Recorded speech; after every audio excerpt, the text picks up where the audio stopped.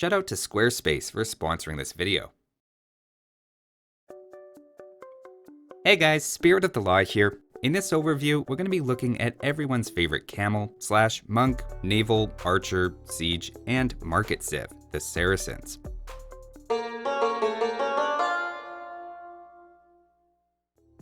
Saracens are a great example of a civilization that dabble in a bit of everything, with one of, if not the most open tech tree in the game.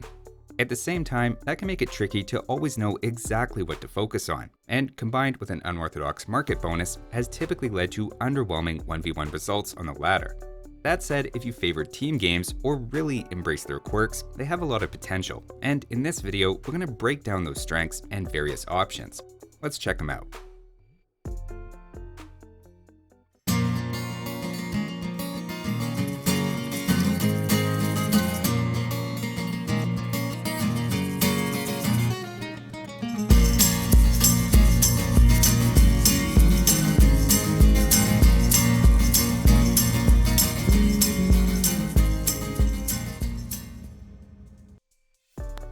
Starting off as usual with their team bonus, Saracen foot archers as well as their allies have +2 attack against buildings, with foot archers in this context referring to the archer line, skirmishers, and many civilizations' unique units.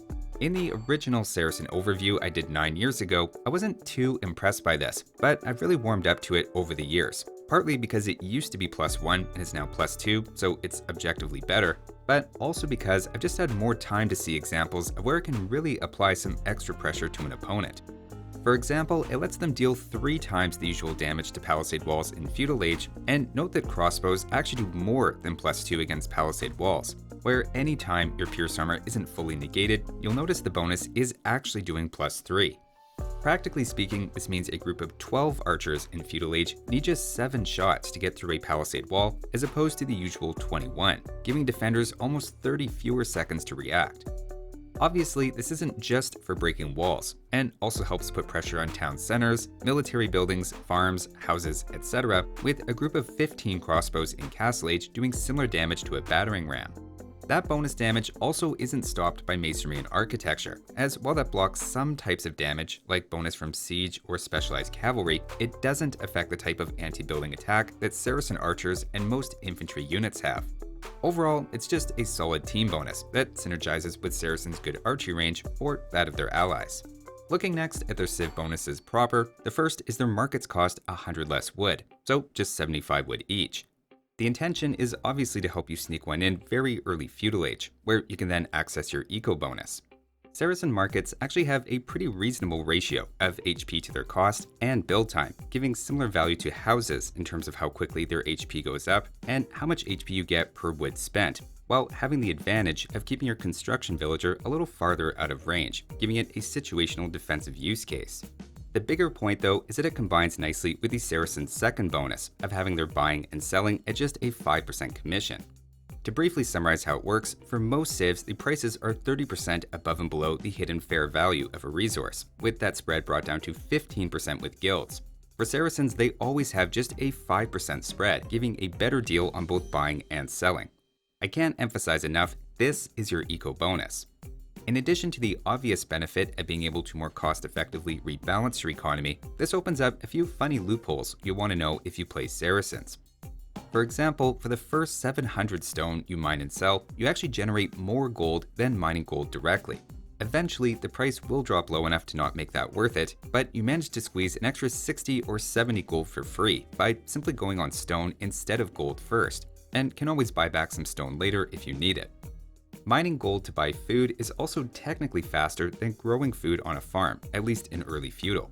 Without wheelbarrow and horse collar, I found before that for the first roughly 2,000 food you buy, up to a price of around 170 gold at the market, it's more optimal to mine gold and buy food than to grow it yourself.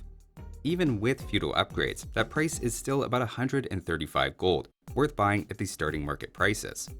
The true galaxy brain move then is not to farm at a pitiful 18 food per minute, with then an accompanying wood cost to consider on top of that, but instead to mine 20 stone per minute to sell at 123 gold at the market and then buy food at 105. Using initial market prices, that gets you almost 6 more food per minute per villager, even without considering farming's wood cost. Now that's a pretty extreme strategy that not everyone would be comfortable leaning into. But the point is, especially for a fast castle, selling stone or doing some feudal stone mining, and not being shy about buying food as Saracens are a couple of ways this bonus can be maximized early on. Even if you play more standard though, and feel uncomfortable with the idea of a radical shift in your villager distribution, with just regular market use, selling a bit of wood and buying a bit of food, you can easily reach a point where as Saracens, you're saving hundreds of gold by the mid-game. On top of other bonuses, that gives them a strong crossbow or camel play in Castle Age, and particularly by selling your starting 200 stone, as Saracens you're set up for a very strong all-in mid-game push. Fast forward to Imperial Age and you still get the best market prices out of every civilization when selling wood and food, meaning this bonus touches everything from early Feudal Age to extreme late-game trash wars. The only trick is you have to intentionally use it. So if you find you generally neglect the market or float a lot of extra resources, that is something you want to pay attention to as Saracens. Their next bonus is a military one, giving their camels plus 25% HP. This is my favorite camel bonus in Castle Age, simply because it's particularly useful against ranged units and town center fire, and is also automatic and passive, so unlike unique text, doesn't force you into a trade-off. For a bit of perspective, in Castle Age, Saracens can beat all other camels one-on-one, as well as knights for that matter, though once discounts and other sorts of bonuses are factored in, I wouldn't say there's necessarily a clear number one camel civ in all situations. At the least though, it shows Saracens are packing a lot into each unit. Now while camels aren't always the best unit to use on their own because of their weakness to ranged units and difficulty rating, for Saracens more HP makes them a very natural choice to combine with something else in the mid-game, like siege, crossbows, monks, or skirmishers, depending on what you're up against. On the flip side, in Imperial Age, they start to lag several other camel civilizations one-on-one, and while they aren't way behind by any means, they're no longer clearly top tier at that point, as other unique texts and bonuses start to come into play. Especially considering the Saracen Knight line's dead end in Castle Age, it's not uncommon to see Saracens lean into camels regardless, but somehow they feel less overwhelming. Keep in mind, this is also when your unique unit can step in, giving you an expensive but well-rounded alternative as an anti-cavalry specialist, and we'll look more at that unit in a moment. Finishing with their final two bonuses, it turns out both happen to be related to the Navy. The first is their transport ships have double the hit points and plus 5 carry capacity. This obviously helps naval landings in a few ways, and means from the start your ships can carry 10 units, making them a little less tedious to fill. You could also get cheeky and try to use them as a damage sponge in naval fights, though generally this probably isn't worth the effort, given transport ships automatically run away when they take damage unless you constantly task them back. The Saracens' more significant naval bonus is their galley line attacks 25% faster. You may have noticed in other overviews, I tend to use this as the benchmark of a great naval bonus, and basically all on its own makes Saracens a good water civ, despite some holes in their tech tree. This helps from the moment a galley first comes out, ensuring you win balanced fights, while then scaling amazingly well in the late game, when mass galleons can really snowball. Particularly because of Saracen's lacking fast fire ship, you're really pushed toward massing the galley line in the mid to late game. Though for contesting lakes on hybrid maps, I still think opening with fire galleys is the safer play. So that's the Saracen's bonuses, which all start with the market, but then encourage some aggressive archer play and camels as a versatile unit in the mid game. Related to that camel theme, though with a bit of a twist, next up we're going to look quickly at the unique unit, the Mameluke. As usual, I've recently done a video deep diving this unit, but for brief overview purposes, you can think of it as a blend of a camel rider and cavalry archer, with the unusual quality of having ranged melee damage. They are very gold intensive at 85 gold per unit, and there's no way around it. That's a big strike against them in 1v1s, though on the flip side they have a relatively cheap elite upgrade. As camels, they unsurprisingly have solid bonus damage against cavalry, which, combined with their range, lets them take fights very efficiently if you take the time to micro them. Considering they're a little faster than the Knightline and have an unusually short attack delay, with some simple stop micro, you can take almost no damage in that fight, which is huge given the popularity of Knights. Also, while they don't technically have bonus damage against buildings, the fact they deal melee damage also makes them pretty good against those, and continues the theme of Saracens being good at breaking through walls. In terms of upgrades, I think it helps to think of them as a camel rider, where the typical range upgrades like ballistics and chemistry don't apply, and instead you want to focus on melee cavalry upgrades. Of course, there's a little nuance and some exceptions, but generally speaking, the main things they excel against are, of course, cavalry, including the knight line, infantry with micro, for which I'd even throw in the spear line, though you want to be careful and not stand and fight in that case, as you'll take quite a bit of bonus damage. They also handle cavalry archers if you can chase them down, and their melee damage then makes them good against rams, and they're also very good these days against skirmishers, where they no longer take bonus damage and bypass their pierce armor. There's always a chance you can still catch some players off guard who still haven't learned this matchup no longer favors skirmishers, as it did for years. Now all that said, Mamelukes also have some weaknesses. Mass archers, for example, can exploit the Mameluke's short range and lack of pierce armor. Onagers and mass scorpions can also be dangerous, especially in choke points, and similarly monks are a threat, especially with sanctity and then block printing, giving them +3 range. Maybe the biggest one to remember though is how weak they are to camels, who deal bonus damage against Mamelukes without taking any in return. That one's not necessarily intuitive and is very one-sided, so you want to watch out for it. Generally though, if you're avoiding those dangerous counters, Mamelukes are a very strong choice, especially in team games, giving a mid-range, hard-hitting unit. While they're reasonably tanky with 133 HP when fully upgraded, they're a little expensive to be on the front lines. So unless you're planning to micro them, it's generally best to combine them with a throwaway unit in the front like hussars or camels if you're really going hard on an anti-cavalry composition. Saracen siege or archery range units can also complement them nicely, of course depending on what you're up against. Now one thing that helps offset the Mameluke's high gold cost, as well as the generally expensive Saracen late game army, is their first unique tech. Saracens have always had a bit of a monk civ reputation, starting with some very old builds capitalizing on their market bonus, but over time the devs have really leaned into that monk idea. The Saracen's current Castle Age unique tech lets monks auto-heal multiple nearby units within 5 tiles by 75 HP per minute. This doesn't stack with multiple monks, but also doesn't stop them from doing their regular healing or conversions on top. Just that passive effect is enough to fully heal all nearby elite Mamelukes in a little over a minute and a half for some context, also working particularly well with low HP units like archers, fully healing any damaged arbalesters in about 30 seconds. If you crunch the numbers on how much value is being restored, it can get pretty wild, and this even helps allied units as well.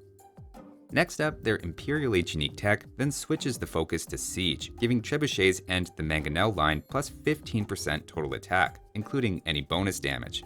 This is a little pricey at over 1100 resources, but has a few important implications. The first is the extra attack crosses a critical threshold for trebuchets, being able to take out enemy trebuchets in just 2 shots instead of 3, making them in a post-Imperial situation among the best at doing that, while also helping deal a little extra damage to castles on the side. Siege onagers also benefit by being able to one-shot some units like hussars, champions, and bombard cannons a little farther from the center of their attack, basically meaning they don't have to be as precise at hitting those mid-HP units to still be effective. Realistically, are those benefits going to pay off in a 1v1 game for the price? Definitely not every time, but in team games, I think it is a good tech to remember. So that's the Saracen's Castle, giving you some great options in the late game, putting Saracens into the discussion as a monk or siege civilization. And if you have the gold to afford all those units and upgrades, the castle really rounds out their late game. Now though, let's take a step back and look at their wider tech tree options, starting with the archers. Basically, you have the full tech tree, which is a theme we'll see with Saracens in general. Remember, the archer and skirmisher lines have a bonus against buildings, adding that extra threat, and don't underestimate the cavalry archer as a raiding or anti-infantry option. I don't think it's completely overshadowed by the Mameluke, given one does pierce and the other does melee damage. The only thing really holding Saracens back here is they can't out-archer good archer civs, with those generally being their worst matchups online. I'd say they have tons of options, but aren't quite at that highest level, with an A for the archery range. Next up, for infantry, you have a fully upgraded champion line, just missing the halberdier at the barracks, which fits thematically for a camel focus to encourage that unit. It does put you in a bit of a bind when trying to conserve gold in the late game, and there's also no real infantry bonus here. I'd say it's enough for a B, but infantry isn't really the Saracen's strength. Moving on now to cavalry, despite a popular archer opening, a scout rush is also completely fine. Of course, the main focus here is their camels, having extra HP, and notice the knight line caps pretty early, probably to encourage that camel focus. I still think it's nice to have the option, and making a few knights in Castle Age for that power spike is not as crazy as it might seem. I'd say overall it's a B+ at the stable, which is admittedly a pretty high grade for a Civ missing Cavalier, but Saracens managed to find a way around it. Next up, for Siege, I consider this an unofficial focus for the Civ in the late game, with only Heavy Scorpion missing. That would have been a nice option against archers and mass infantry, but once we throw in the unique tech, Saracens feel comfortably above average. I'd even say it's enough for an A-, and personally have always considered the onager line a key part of the Saracen late game death ball. Moving on to the Navy, the big bonus here is their faster attacking galley line, though you even have the better transport ships for naval landings. While they don't have a direct wood or fishing bonus, combined with the market, I think it's enough for an A- early. Late game, notice they're missing fast fire ship and shipwright, so it feels like things might be dropping off. Though with faster firing galleons, I would say they're still very solid. I like it enough for another A- late, for an A- on water overall. Taking a quick look at the monks, again the very open tech tree theme reappears, as one of only 7 civilizations with every tech available. The Saracen market has long been used to power fast castles into monks, and the new unique tech for passive healing now gives them a huge role to play in the late game as well. There's some fierce competition for the title of best monk civ, and while I wouldn't give that to Saracens, they're not far behind, and good enough for an A. Moving on now to defenses, here you're missing bombard tower, architecture, and heated shot. Saracens are traditionally thought of as a boomy late game civ, feeling pretty strong on the defensive, though that probably has more to do with their good camels, Mamelukes, and gunpowder working as counter units rather than their towers and defensive buildings. Still, they aren't missing anything critical, and as a complete package, I give them a B+ in this department. And finally, to end on their trash units, that is, units that don't cost gold, the halberdier is the obvious thing missing. I do think they get some points here for the greater market efficiency selling wood and food though, helping sneak in the odd siege or other gold unit. The stat shows Saracens aren't actually that impressive in super long 1v1 games, but I still think they have B+ potential when it comes to trash wars. So to wrap up with some final thoughts, it's hard to think of another civ with nothing but B's and A's, but that's kind of the Saracens' identity, with, like I said off the top, maybe the most open tech tree. Probably the biggest thing holding them back competitively is their completely generic Dark Age, making them slow to get started, though in Feudal they bounce back, doing well with any combination of archery range and stable units. While archers are the most popular opening, early scouts or even men-at-arms are also totally reasonable, and don't feel like you have to open with archers. Likewise, in Castle Age, any combo of crossbows, skirmishers, camels, siege, monks, and even knights can work, given all of those things are fully upgraded and are seen regularly in many combinations. Late game is really when it all comes together though, with some combo of hussars, camels, Mamelukes, arbalester, elite skirmishers, cavalry archers, hand cannons, monks, bombard cannons, siege rams, onagers, and trebuchets depending on the situation, with amazingly all of those things able to be fully upgraded. You're really spoiled for choice, though even that pales in comparison to the wealth of choices available to you when you design a website with this video's sponsor Squarespace. Where websites traditionally take a lot of technical knowledge to set up and maintain, Squarespace is a tool to help you create a professional-looking site within minutes. If you're a blogger, own a small business, or chasing the passive income dream of opening an online store, but have no idea how to make a functional website from scratch, Squarespace has you covered with templates and tools to help you out, simplifying the website building process. Squarespace even has great third-party extensions to handle things like inventory, taxes, shipping, and scheduling to accommodate your specific needs. Go to squarespace.com for a free trial, and when you're ready to launch, go to squarespace.com/spiritofthelaw to save 10% off your first purchase of a website or domain. So that's an updated look at the Saracens, who are an excellent choice, particularly in team games for players open to a bit of a unique playstyle.